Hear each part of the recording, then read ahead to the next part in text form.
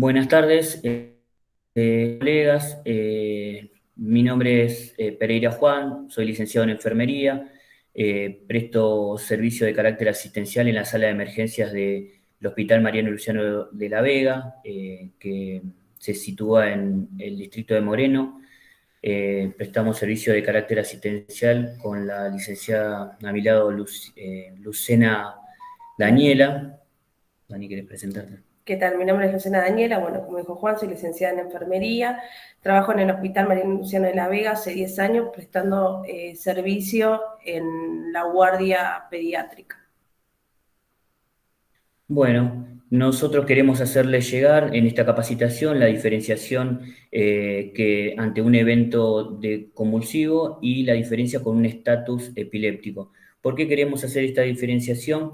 Porque creemos que ante una situación de emergencia, ante un evento, en la sala de emergencia generalmente se presentan diferentes complicaciones y sabiendo y fundamentando con un respaldo científico, teniendo conocimiento, vamos a poder llevar adelante los cuidados de enfermería de una manera diferente porque se diferencia en base a la diferencia de lo que es un evento convulsivo de un estatus epiléptico, vamos a poder sobrellevar por ahí el proceso de atención de enfermería de otra manera. Siguiente, Mati. Bueno, las convulsiones, los eventos convulsivos, como ya sabemos, si alguno de ustedes ha leído en algún momento alguna bibliografía sobre lo que trata los eventos convulsivos, se diferencian de que son eventos transitorios e involuntarios, con alteración de la conciencia en la mayoría de los casos, en algunos no, del comportamiento y la actividad motora, y son causadas a raíz de excesivas descargas neurocerebrales. Estos eventos generalmente no tienen una duración más de 5 minutos, de 1 a 5 minutos, son eventos, como bien dice la bibliografía, transitorios, a diferencia de lo que es un estatus convulsivo. Estas convulsiones por ahí tienen diferente clasificación. Siguiente, Mati.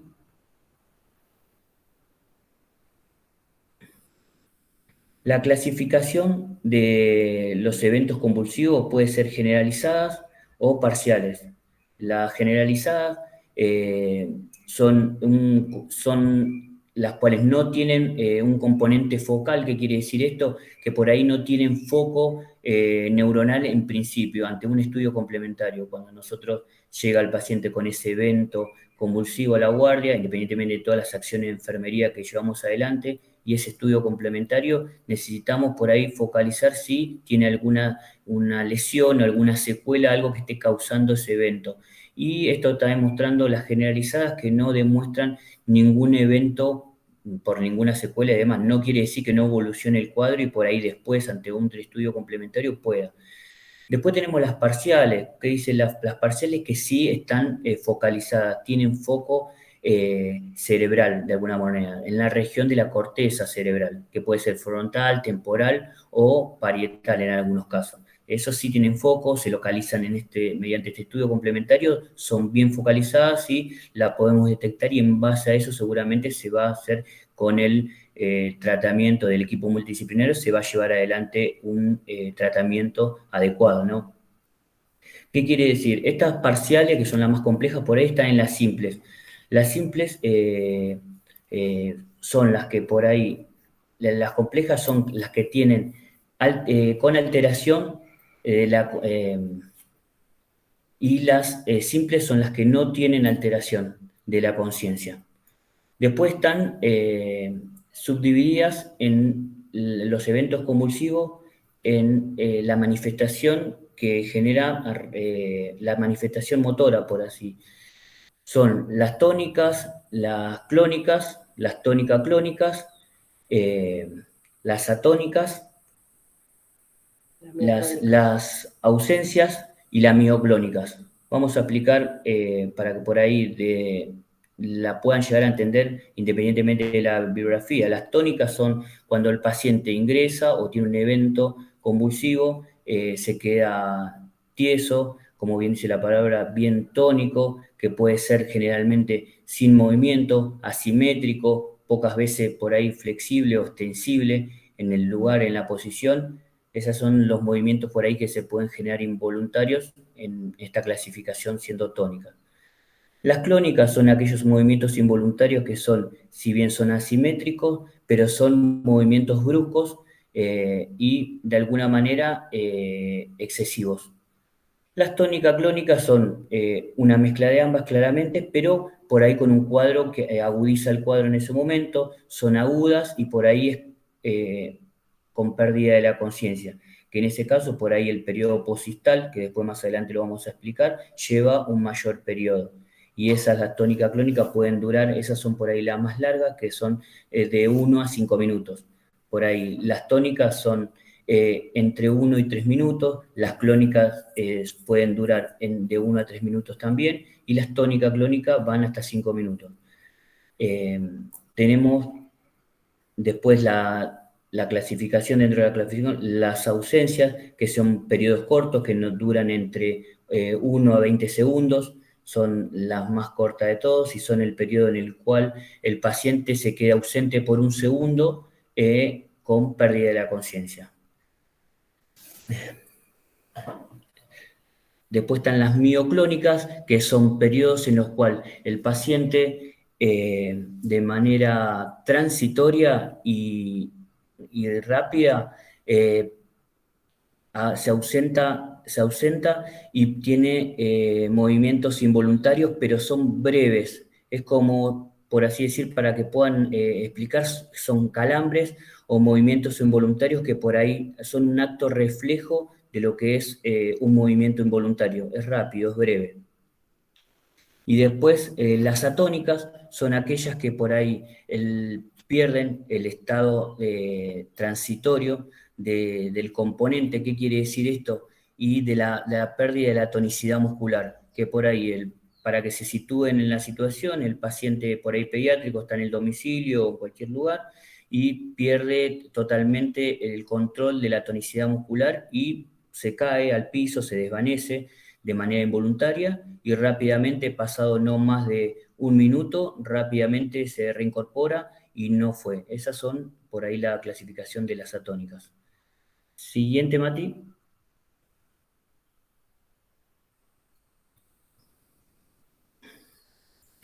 Dentro de todo este contexto de evento convulsivo está el periodo posistal, que es el periodo en el cual, después de un evento convulsivo, es el periodo desde la transición del evento convulsivo, de la finalización del evento convulsivo, cuando termina todo ese movimiento involuntario, hasta que por ahí el paciente vuelve a su condición de base, quiere decir su condición de base a su estado normal, por así decir, que está vigil, reactivo, que podemos llevar a hacer una valoración neurológica, una valoración clínica con buena evolución y que el paciente vuelva a su condición de base, a su condición normal. Ese es el periodo posistal. Durante todo ese periodo, el paciente se encuentra en una situación en la cual nosotros podemos hacer una valoración del cuadro clínico y el deterioro clínico, si se quiere, en el cual el paciente entra en una situación de confusión, de cefalea, de migraña, de malestar, de ansiedad, síntomas permanentes y continuos de desorientación y confusión y mareos. Por eso en la mayoría de los eventos le pedimos que ante nosotros en la guardia de emergencia trabajamos obviamente con la internación conjunta, independientemente del cuidado que nosotros proponemos, si es continuo con el paciente, pero hacemos foco en que la madre esté permanentemente al lado del paciente porque no sabemos cómo puede evolucionar. Así que para que les quede claro, porque generalmente siempre se habla, han pasado como profesionales, de ingresar a lo que es el sector de pediatría y por ahí hablan del periodo posistal y por ahí no sabemos. Que quede bien claro que ese periodo es cuando el paciente está por ahí confuso, desorientado y que es la finalización del evento convulsivo y es la transición entre finalización del evento convulsivo y cuando el paciente por ahí vuelve a su condición normal. Siguiente. ¿Cuál es la diferencia? Nosotros acá queremos hacer hincapié por ahí en la diferencia esta. Ya hablamos que que el evento convulsivo es un evento en el cual tiene movimiento, tónico-clónico si se quiere, es tónico, pero queremos hacer la diferenciación con lo que es el estatus convulsivo. El estatus convulsivo son estos mismos movimientos, tónico-clónico o de todas las características dependiendo de la clasificación que ya hicimos, pero la diferencia es que son convulsiones persistentes y recurrentes con el tiempo que habíamos mencionado anteriormente, que era de 5 minutos, esto se extiende. Más de 5 minutos ya pasa a ser un estatus epiléptico. La mayoría de los estatus epilépticos duran más de 30 minutos, pero hay algunos autores y la mayoría de las bibliografías hablan de que ya pasados los 5 minutos y con la persistencia y recurrencia de ese evento convulsivo, ya estamos hablando de un estatus convulsivo. ¿Cómo podemos diferenciarla claramente a estas dos eventualidades? Cuando, por ejemplo, presentamos un caso clínico en el cual entra a la guardia de emergencias un paciente que por primera vez, ante la anamnesis que nos proporciona el familiar directo, en este caso la madre, el padre, nos refiere de que tuvo un evento, es la primera vez que tuvo un evento y ese evento está asociado por ahí, cuando nosotros hacemos la valoración clínica, hacemos los controles, a un evento febril. Es por única vez y eso es un evento convulsivo nada más. No duró más de 5 minutos y bueno, tiene fiebre, es el primer evento y lo podemos asociar. En cambio, el estatus convulsivo por ahí más clínicamente hacer la valoración y nosotros automáticamente podemos distinguir con nuestro fundamento, con nuestro respaldo científico de que por ahí es un paciente que viene con una secuela neurológica o con alguna malformación congénita, perdón, y que por ahí ese paciente está en tratamiento y que por ahí uno de los ejemplos puede ser que ese paciente haya dejado el tratamiento por alguna razón, motivo o circunstancia o que los padres no continuaron el tratamiento y el paciente es recurrente y persistente con esos cuadros de eventos convulsivos. Ahí ya estamos nosotros dándonos cuenta de la diferencia de lo que es un evento convulsivo y un estadio de un estatus epiléptico, en el cual se lleva adelante otro proceso. Dentro de ese estatus epiléptico hay una clasificación también, la cual vamos a explicar. Siguiente. Dentro de esa clasificación y los tipos de estatus epiléptico están las inminentes, están las establecidas y están las refractarias. ¿Qué quiere decir? Las inminentes son aquellas que hablábamos recién, donde la mayoría de la bibliografía hablan de que más de 5 minutos ya estamos en presencia de un estatus convulsivo, y las establecidas son aquellas que duran hasta 30 minutos o más y son eventos convulsivos persistentes y recurrentes. Y las refractarias son aquellos eventos convulsivos que no ceden inclusive ante la administración de una segunda droga, de la administración de una segunda dosis de una droga propuesta por un tratamiento claramente médico. Esa es la diferencia por ahí. La inminente dura más por ahí de 5 minutos, la establecida dura hasta 30 o más, y la refractaria ya cuando, por más que independientemente le hayamos iniciado el tratamiento farmacológico, no ceden. ¿Qué hacemos en ese caso? Seguramente se procederá en un proceso más agudo, dependiendo obviamente claramente del tratamiento médico. Siguiente, Mati. Bueno, las causas. Las causas, pues, nosotros nos vamos a después, nosotros las clasificamos en neonatales, lactantes y niños y adolescentes y cualquier grupo de edad, adultos.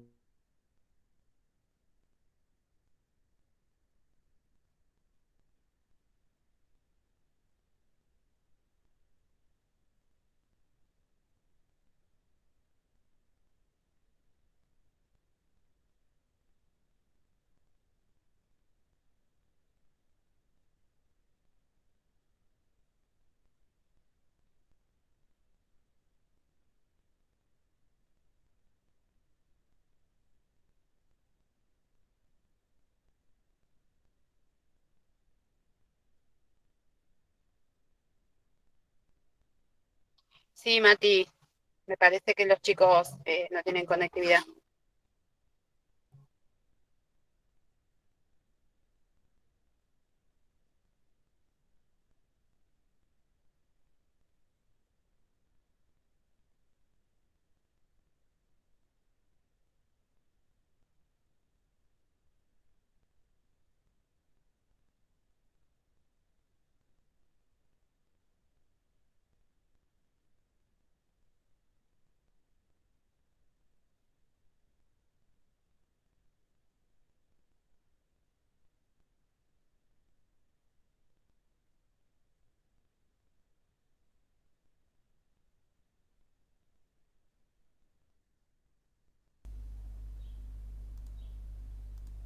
Bueno, a los estudiantes, si me están escuchando, habla Matías, el coordinador. Tuvieron un problema de conexión los docentes, en cualquier instante se conectan de nuevo. Para no perder el tiempo, me parece interesante esto que mencionaban ellos de la clasificación entre convulsiones generalizadas y convulsiones parciales.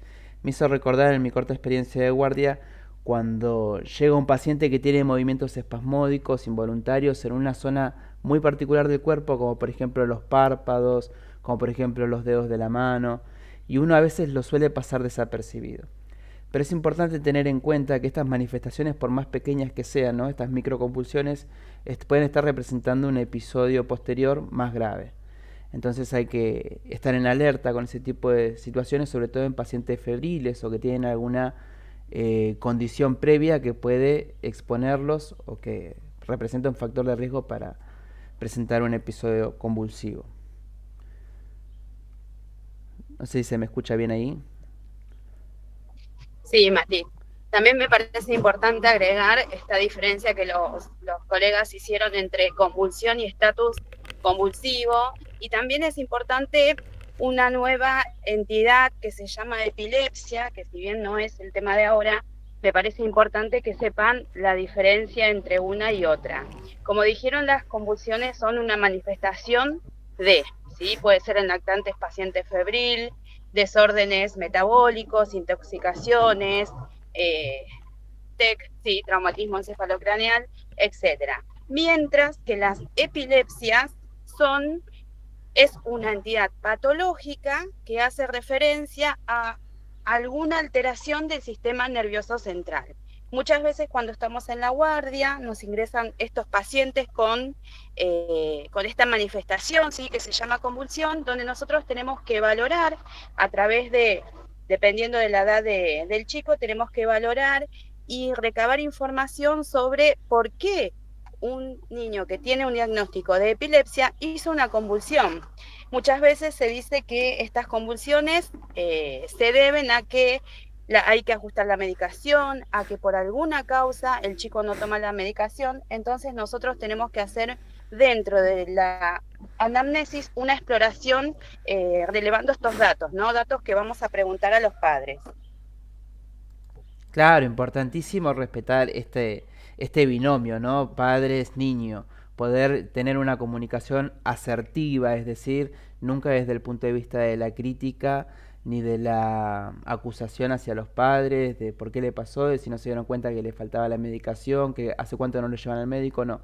Siempre tratando de mantener una comunicación asertiva para lograr integrarlos, lograr que ellos nos transmitan toda la información con la mayor veracidad y precisión posible, porque cada dato que podemos recibir de los padres es circunstancial para la mejoría del niño. También es interesante esto de comprender estas clasificaciones en el sentido de que cuando ingresa este paciente nosotros se lo tenemos que comunicar al médico, ¿no? El enfermero suele ser uno de los primeros actores en recibir este tipo de pacientes tanto en una sala periférica como en una guardia de emergencias, y cuando transmite lo que está sucediendo al médico es importante poder reducir la comunicación, comprimirla en este tipo de etiquetas, ¿no? Si el paciente ingresó, no es lo mismo decir, tenemos un paciente que ingresó así saltando, con los ojos cerrados, inconsciente, y explicar un montón de signos, síntomas y con palabras coloquiales. Es más sencillo a veces poder decir, no, tenemos un paciente que ingresó con un episodio convulsivo, tónico, generalizado o parcial, focalizado en la mano, o la madre refiere que el niño tuvo un episodio de convulsión generalizada en la casa, se asustó, lo trajo, ahora el niño está de tal manera. Es interesante poder comprender cuál es la sintomatología específica y cuál es la clasificación para poder transmitirla en el equipo interdisciplinario y lograr una atención más oportuna. Tal cual. Más allá de comprender, ¿no?, que está bueno, creo que tenemos que saber identificar, me parece más que nada, los tipos de convulsiones.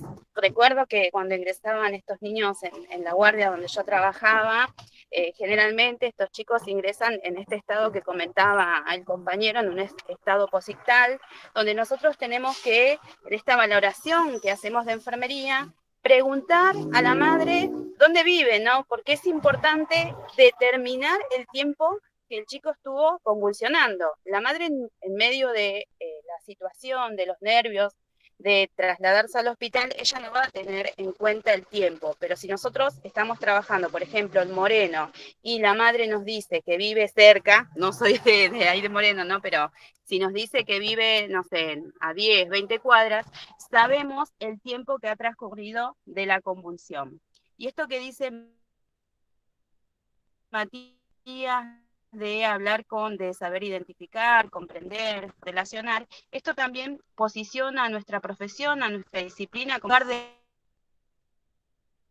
profesionalización como enfermeros que somos. Y por supuesto que además de impactar en la calidad de atención que nosotros brindamos a nuestros pacientes, también impacta en nuestra disciplina, en enfermería. Mati, si hay alguna pregunta o si quieren hacer alguna pregunta, podemos aprovechar a contestar. Estás con el micrófono apagado. Ahí está. Empezaron.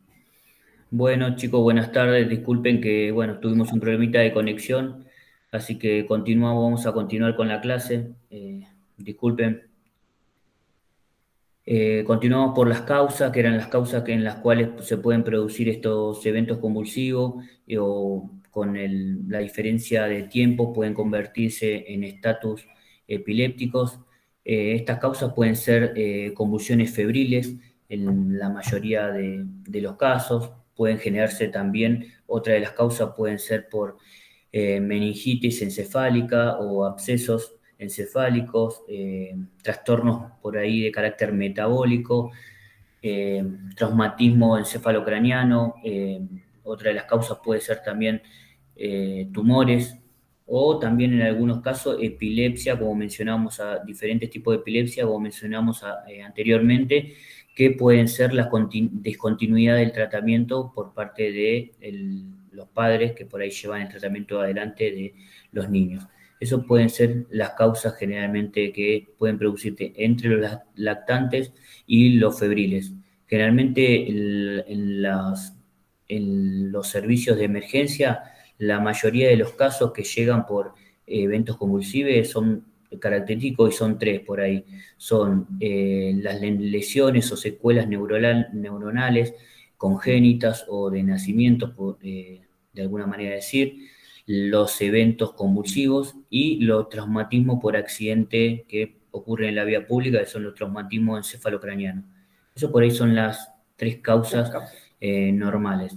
En líneas generales y a nivel mundial también podemos decir que a raíz de la bibliografía nos dice que el 5% de los pacientes que ingresan a la guardia de emergencias, y esto es a nivel mundial, el 5% ingresa por eventos convulsivos, que dentro de eso el 3% son eventos convulsivos febriles y el otro 2% son de carácter de estatus epiléptico. Siguiente, Mati.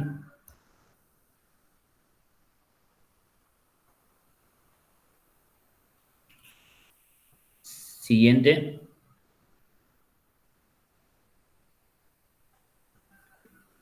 Porque Mati no se llama. Sigan sin el power, chicos, si lo tienen ustedes en su máquina.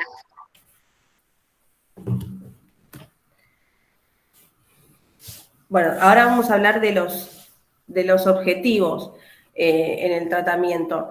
Primero que todo, bueno, lo que vamos a focalizar es mantener una adecuada función cardiorrespiratoria y oxigenación cerebral.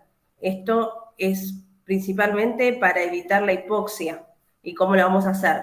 Con el oxígeno por máscara, con reservorio. Siempre, o sea, en primera instancia utilizamos la máscara con reservorio. Bueno, también vamos a tratar los factores desencadenantes del evento convulsivo, ya que ya pueden ser alteraciones metabólicas, febriles, pueden ser traumatismos, puede ser una intoxicación. Vamos a buscar cuál es la causa y bueno, y vamos a tratarla. Y también evitar, obviamente, que el evento se vuelva a producir. Pasamos a la que sigue, Mati. ¿Cuáles son las intervenciones de enfermería en estos casos? Lo primero que vamos a hacer es colocar al paciente en un lugar seguro para evitar caídas y que produzca otras lesiones. No le vamos a administrar nada bioral para evitar que el paciente se broncoaspire. Y solamente se va a movilizar en el caso de que, o sea, mientras el paciente está en estado epiléptico, solamente lo vamos a movilizar si corre peligro. Si no, lo vamos a dejar en la camilla en la que esté ubicado, lo vamos a poner de cúbito lateral y le vamos a colocar oxígeno. ¿Por qué lo ponemos de cúbito lateral? Porque puede ser que el paciente esté con secreciones. Entonces, para evitar también que se broncoaspire, lo ponemos de cúbito lateral, lo ponemos de costado. También puede ser que el paciente tenga un traumatismo, que haya sufrido un traumatismo y le genere vómito. Y ese vómito, con ese mismo vómito, se puede broncoaspirar. Entonces, lo que hacemos es mantenerlo de cúbito lateral. ¿Sí? Vamos a colocar el oxígeno también, siempre vamos a prestar atención en eso, en que el paciente tenga el oxígeno y, bueno, de que no vomite. Después lo que vamos a realizar es permeabilizar, la vía aérea. ¿Cómo lo hacemos? Vemos que no esté obstruida por ningún objeto extraño. Si es necesario, se aspiran las secreciones, ya sea el vómito o la saliva también. Vieron que siempre que entran dicen, los papás dicen que el nene empezó a moverse y largaba como baba, espuma. Bueno, todas esas secreciones las vamos a aspirar porque necesitamos que la vía aérea esté libre. Después vamos a monitorizar el paciente, vamos a hacer control de signos vitales, temperatura, frecuencia cardíaca, respiratoria, lo vamos a saturar. También le vamos a hacer un hemoglucotest dentro de estos controles. Siguiente, Mati. Le vamos a colocar un acceso venoso periférico para administración, en el caso, bueno, si hay una hipertermia, colocar algún antitérmico, bueno, colocar fluido si es que hay una indicación médica y si el paciente lo requiere. Por eso también vamos a extraer muestras de sangre, muestra de orina, para ver el diagnóstico, acompañar el diagnóstico clínico con un diagnóstico de laboratorio. Y bueno, y dependiendo de esto, de la clínica y del laboratorio, bueno, se van a administrar los fluidos que sean necesarios. Y se va también a iniciar un tratamiento de antibiótico en el caso de que lo requiera. Pasamos al siguiente, Mati. Vamos a hablar del tratamiento farmacológico. ¿Cuáles son las drogas de primera línea que usamos ante la presencia de la convulsión o del estatus convulsivo? Los primeros tres son el lorazepam, el diazepam y el midazolam. Nosotros, en el hospital particularmente, usamos el diazepam por un tema de costos. La dosificación es de 0,2 miligramos por kilodosis y lo vamos a pasar en no venoso. La dosis máxima de esta medicación es de 10 miligramos, ¿sí? También está, bueno, el lorazepam, que es de 0,1 miligramos kilodosis, que la dosis máxima es de 4, la presentación es de 4 miligramos por mililitro, viene de un solo mililitro, y el midazolam, que es de 0,2 miligramos kilodosis, también la dosificación, y la dosis máxima es de 20 miligramos. La presentación es de 3 mililitros y vienen 5 miligramos por mililitros. El diazepam viene la presentación de ampolla de 2 mililitros y 5 miligramos por mililitro. Lo que hacemos es diluir este diazepam. Nosotros en la guardia lo diluimos, lo llevamos a 10 mililitros y bueno, y lo dosificamos según indicación médica. La dosis máxima va a ser 10 mililitros. Pasamos, el paciente está en el primer episodio convulsivo, todavía no está en estado epiléptico, está en el primer episodio convulsivo, le vamos a administrar la primera dosis de diazepam. Pasados los 5 minutos, la convulsión no se dio, se va a administrar una segunda dosis de diazepam. En esa instancia ya vamos a estar en los 10 minutos del inicio del estado convulsivo. Entonces ya vamos a estar en un estatus convulsivo. Y vamos a pasar a la segunda línea de fármacos que utilizamos, ¿sí?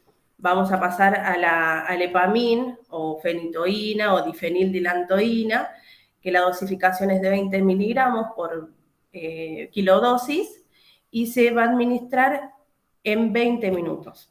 ¿Sí? La vamos a administrar en 20 minutos en solución fisiológica, siempre es recomendable, mejor pasarlo por bomba de infusión continua. Y bueno, una vez que pasó esto, ya estamos actuando con una droga de segunda línea. En el caso de que el estatus epiléptico no se da con ya vamos a estar en un estado epiléptico, en un estatus epiléptico refractario y vamos a pasar a una droga más fuerte todavía. Entonces pasamos al fenobarbital, que también lo vamos a diluir en solución fisiológica. La dosificación es de 20 miligramos kilodosis y lo vamos a administrar en 10 minutos también por bomba de difusión continua. Esos serían los pasos. Tenemos en una primera instancia el diazepam o el lorazepam, que lo pasamos hasta los 10 minutos. Si no se dio la convulsión con estos fármacos, pasamos al Epamil, que se va a pasar en los 20 minutos siguientes. Si pasado 10 minutos de la administración de esta droga no cesa el estado epiléptico, vamos a pasar al fenobarbital. Si el fenobarbital no logra el cese del estado epiléptico, bueno, ahí vamos a tener que pasar a la ventilación del paciente. Y así terminaría pondríamos fin, digamos, al estatus epiléptico. Bueno, esperamos en realidad que les haya servido y que hayan despejado algún tipo de duda y sepan tomen las herramientas para diferenciar un evento de un estatus. Bueno, espero que le haya quedado claro, como dice la colega, de cuál es la diferenciación entre un evento convulsivo y un estatus convulsivo para poder llevar adelante cuáles son los cuidados de enfermería y cuál es el proceso de atención de enfermería que nos vamos a plantear ante esa situación de emergencia en primera instancia. Después, obviamente, que estamos hablando de un tratamiento que se puede hacer largo, prolongado y que puede traer complicaciones que se pueden agudizar el cuadro clínico, pero eso por ahí es un poquito más extenso. En principio, nosotros queríamos dejar bien en claro cuáles podrían ser en primera instancia los eventos y el proceso a llevar adelante por enfermería cuando surja eventos de estas características. Bueno, Mati, ¿alguna pregunta que podamos responder? Sí, Belén, ¿estás? Tenemos preguntas en YouTube. Hola, buenas tardes, Matías. Sí, tenemos una pregunta, ya les digo. Preguntan si puede ser hereditario, porque no se llegó a ver bien la clasificación. Sí, claramente, sí, esa es ante la anamnesis, ya sea del médico o de enfermería, una de las clasificaciones es que sea hereditario o por alguna contusión, alguna secuela neuronal, pero sí hereditario claramente puede ser. Perfecto, muchas gracias. Porque otra pregunta ya la contestó la licenciada Lucena, diazepam, pero ya respondió la pregunta durante la clase. Buenísimo. Ahí me gustaría, antes de cerrar esta clase, si ustedes nos pueden contar más o menos algo que me interesa mucho, que me parece muy importante tener en cuenta para todos los que están escuchando, es de qué manera se nos puede presentar este paciente en la guardia, ¿no? Un paciente que se encuentra con un episodio convulsivo, un paciente que ya lo tuvo. ¿Cómo puede llegar un paciente de estas características a la guardia? Lo mencionamos dentro de lo que fue la capacitación, Mati. Puede clasificarse e ingresar de dos maneras. En principio, el paciente puede ingresar con un primer evento en su vida, que viene en periodo postistal, que viene desde su domicilio, ingresa a la guardia acompañado de su madre o del tutor a cargo, y ingresan al servicio acusando de que el paciente tuvo un evento que desconocen con movimientos involuntarios y no refieren, y en ese caso nosotros, ante la primera valoración clínica, la observación y la anamnesis que le realizamos al ingreso, obviamente que primero tratamos la urgencia de lo que es el paciente y ante la valoración clínica y la valoración de la anamnesis podemos tener la referencia de que fue el primer evento. Eso puede ser una de las causas y que al paciente, al nosotros efectuarle el control de signos vitales, científicamente comprobamos de que el paciente se encuentra febril. Generalmente lo detectás antes, cuando lo tocas, tras el tacto,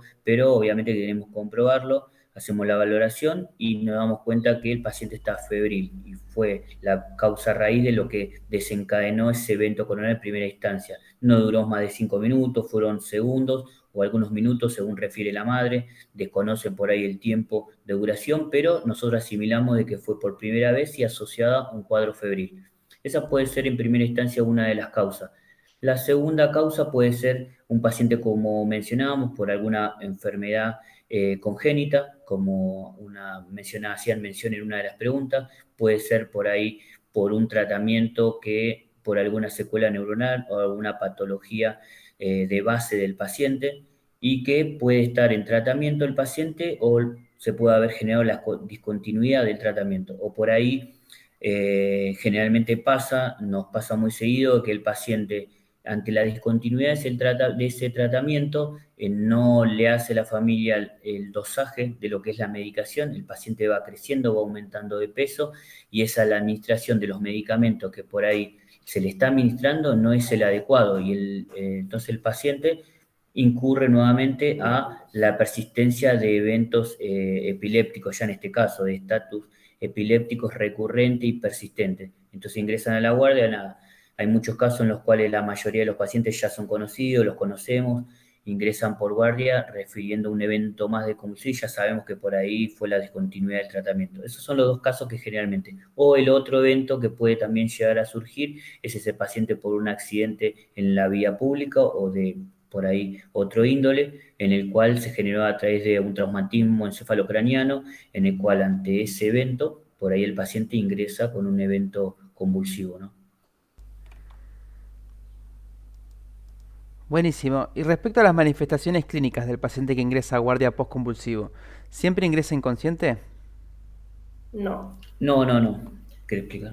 No sé, no. No. Generalmente el paciente, ante la valoración neurológica del paciente, ingresa, si es post-istal, ingresa vigil, reactivo, con un Glasgow de por ahí 15 en 15, estable relativamente, pero bueno, ante el primer evento, obviamente que la familia refiere que está atemorizada, ansiosa y desconoce la causa a raíz de esa eventualidad. Después, obviamente, ante el relato podemos deducir de que fue en primera instancia un evento convulsivo por la causa a raíz de fiebre, por ahí asociado a la temperatura.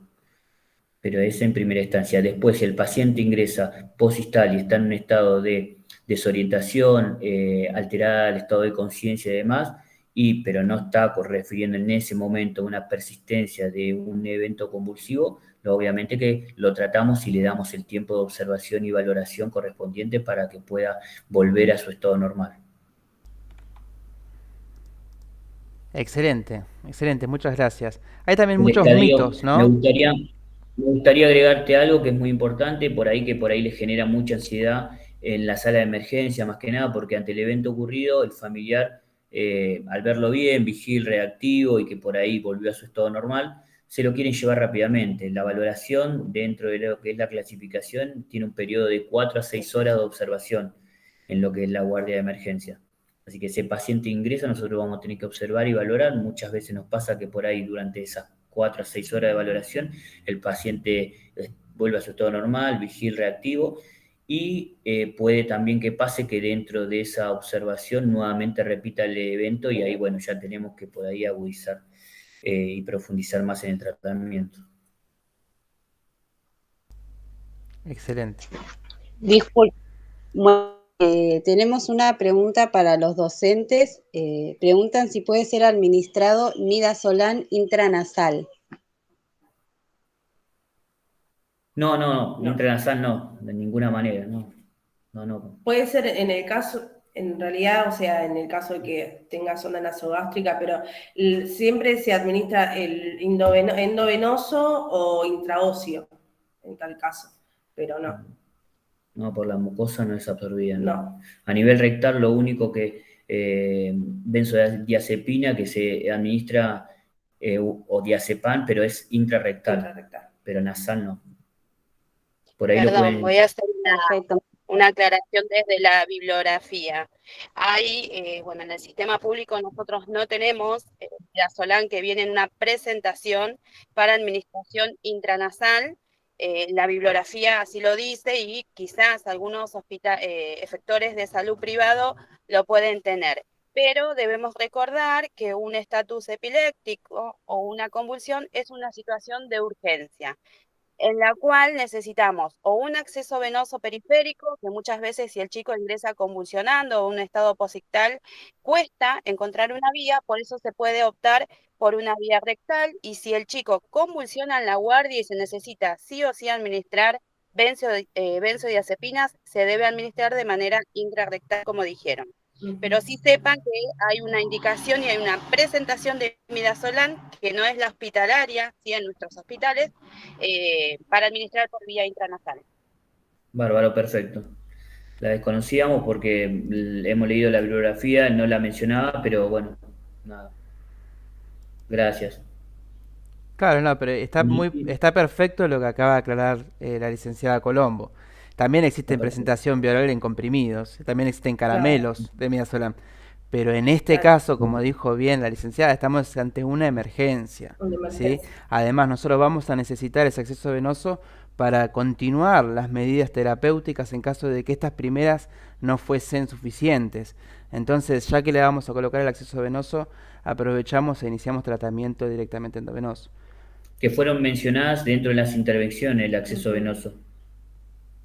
Además, hay que destacar también que muchas veces pueden ingresar convulsiones aisladas en la cual el chico no tuvo fiebre previamente, no tiene diagnosticado una epilepsia y hay que buscar la causa de esa convulsión, por lo cual queda hospitalizado y deben hacerse varios estudios para ver qué pasó y qué fue lo que originó esa ¿Cuál fue el convulsión. desencadenante? Sí, en realidad hay varias clasificaciones de lo que concierne a los eventos convulsivos y epilépticos, pero por ahí tratamos de lo que es los eventos usuales de lo que es una sala de emergencia, pero sí vale la aclaración, claramente. Creo que tenemos otra pregunta en YouTube. Bueno, Sí, preguntan si se pueden ir de alta si no aparecen más episodios luego de las 4 a 6 horas de observación. Sí, el paciente se retira de alta y siempre se habla al padre, se le hace una educación y se le dice que debe observarlo. Si el paciente ingresó, bueno, por un episodio convulsivo con un foco febril, se hicieron los laboratorios necesarios, un seguimiento de orina, lo que mayormente hacemos nosotros, un seguimiento de orina, un laboratorio, una plaquita. En el caso de que no se haya encontrado ningún foco, bueno, se le da el alta de las 4 a 6 horas y lo que se le recomienda al padre es que se le haga un seguimiento y una observación. sí, se lo envía también con la Pero sí, con pautas de interconsulta alarma, claro, pautas de alarma, interconsulta.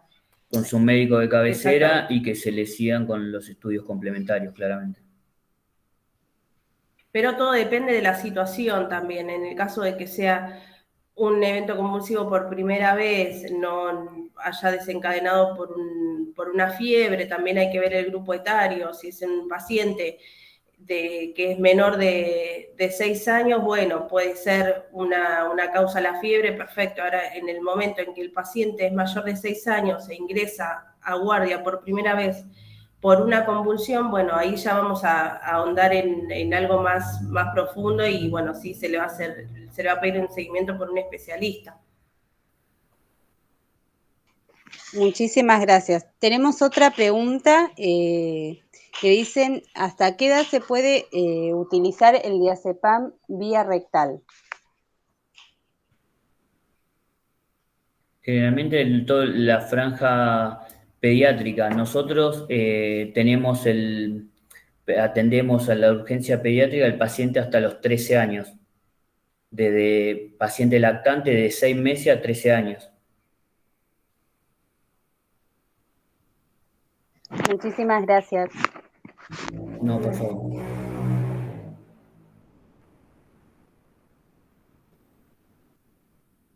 Bueno, entonces, si no hay más preguntas, vamos cerrando. La verdad, les agradezco enormemente su participación, una ponencia excelente. Sin duda son expertos en el tema. Les agradezco a todos los estudiantes por haber participado, les agradezco a los docentes que nos acompañaron, a la coordinadora regional, Celeste Colombo, y les doy espacio para que hagan unas últimas palabras para que se despidan y cerramos la clase. Bueno, nada, en principio agradecerles. Gracias, compañeros, por esta excelente clase y por evacuarnos varias dudas y, bueno, articular y relacionar el conocimiento de la práctica con la teoría me parece importante. Belén, gracias a vos también, que siempre me olvido de saludarte a vos y agradecerte por la participación en el curso y por la colaboración que tanto todo el equipo docente están teniendo para con la región, para con nuestra disciplina y con la pediatría particularmente. Así que gracias.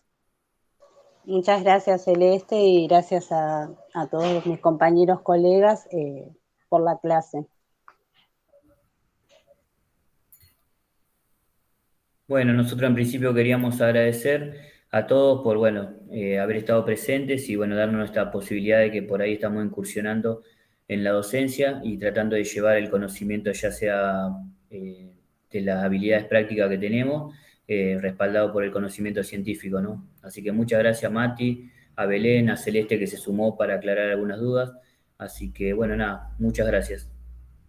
Nada, agradecer el lugar, la oportunidad de participación y nada, eso.